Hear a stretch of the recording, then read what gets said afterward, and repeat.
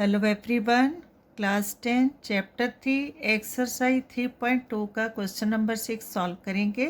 Question है given the linear equation 2x + 3y - 8 = 0, right another linear equation in two variables such that the geometrical representation of the pair so formed is intersecting lines, parallel lines and coincident lines।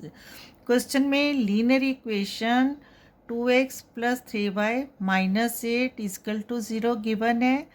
हमें another linear equation in two variables में लिखनी है जिसका जब हम geometrical representation show करेंगे, means इन दो लीनियर इक्वेशन में से ग्राफिकल लाइंस जब ड्रॉ करेंगे तो वो किस फॉर्म में होनी चाहिए? Intersecting lines, parallel lines and coincident lines. ठीक है, तो स्टार्ट करेंगे सॉल्यूशन।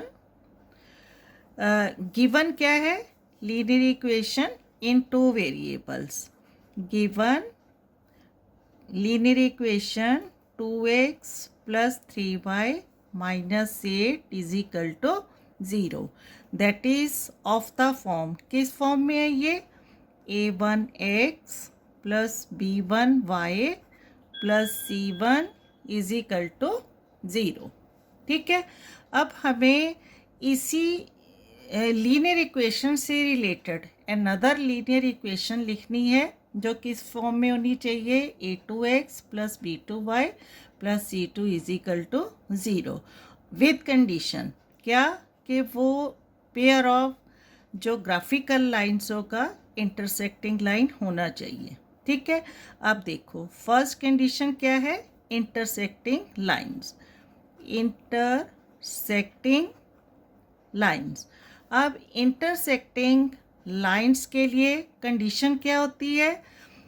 हमारे pass on comparing a1 a2 b1 b2 c1 c2 को कंपेयर करने से अगर a1/a2 not equal to b1/b2 होगा तो ग्राफिकल लाइंस क्या होंगी? Intersecting line. अब इसी से रिलेटेड हमें जो है लीनियर इक्वेशन लिखनी है। अब यहाँ देखो, हमें चाहिए यहाँ a1x b1y c1। a1 क्या हो जाएगा? 2। यहाँ a1 क्या है? 2 हो जाएगा और b1 = 3 एंड c1 = -8 है। अब a2x क्या लेंगे? अगर हम यहाँ a2 = क्योंकि a1/a2 not equal to b1/b2 चाहिए तो a2 हम कुछ भी लेंगे। यहाँ देखो, अगर हम a2 7 लेते हैं और b2 = 8 लेते हैं एंड c1 = कुछ भी ले सकते हैं, क्योंकि अगर a1/a2 not equal to b1/b2 है तो c1 और c2 को कंपेयर नहीं करना है। ठीक है, अब इससे रिलेटेड देखो a1/a2 क्या हो रहा है? 2/7 एंड b1/2 = क्या हो रहा है? 3/8। ठीक है, 2/7 नॉट इक्वल टू 3/8, तो कंडीशन हमारी कवर हो रही है। यहाँ लिख सकते हैं 2/7 इज नॉट इक्वल टू 3/8। ठीक है, तो लीनियर इक्वेशन जो रिक्वायर्ड है वो किस फॉर्म में हो जाएगी? a2 क्या है? 7, मीन्स क्या हो जाएगा?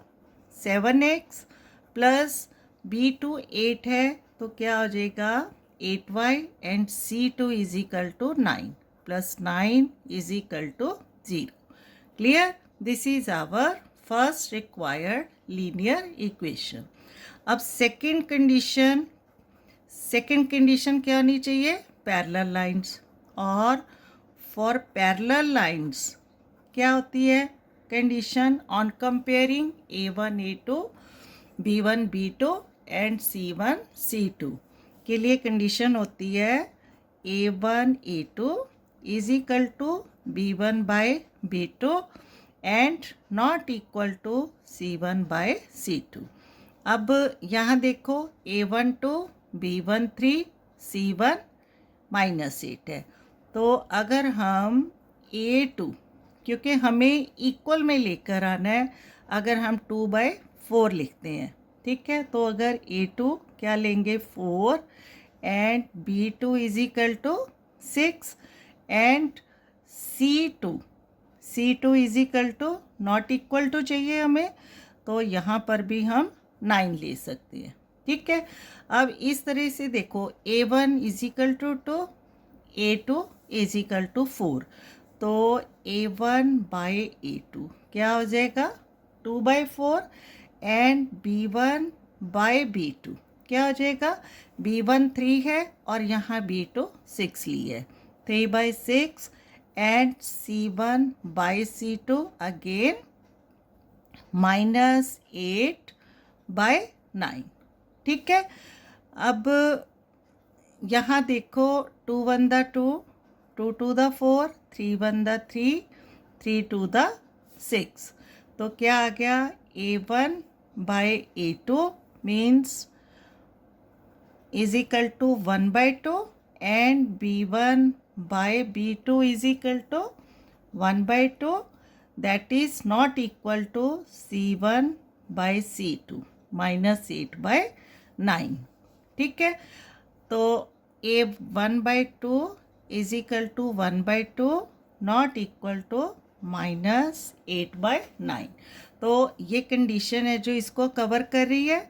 देयरफॉर द रिक्वायर्ड इक्वेशन क्या आ जाएगा, A2 हमने 4 ली है, 4x प्लस B2 6 है, 6y प्लस C2 क्या है 9 is equal to 0। This is our required linear equation, ठीक है। अब थर्ड के लिए क्वेश्चन थर्ड क्वेश्चन में क्या पूछा है, जो लीनियर इक्वेशंस है जो उनसे ग्राफिकल लाइंस ड्रा होंगी वो क्या होनी चाहिए, कोइंसिडेंट लाइंस। अब कोइंसिडेंट लाइंस के लिए क्या कंडीशन होती है, A1/A2 is equal to B1/B2 is equal to C1/C2, ठीक है। अब A1 2,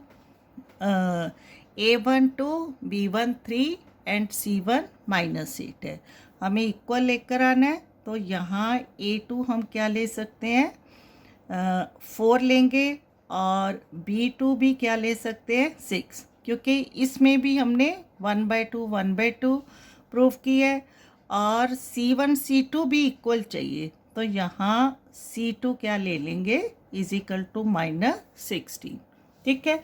अब देखो A1/A2 क्या हो जाएगा, अकॉर्डिंग टू क्वेश्चन क्या है, A1 2 है तो A2 हमने 4 लिया और B1/B2, B1 क्या है 3 और B2 हमने 6 लिया और C1/C2, C1 क्या है क्वेश्चन में गिवन -8 और C2 हमने लिया -16, ठीक है।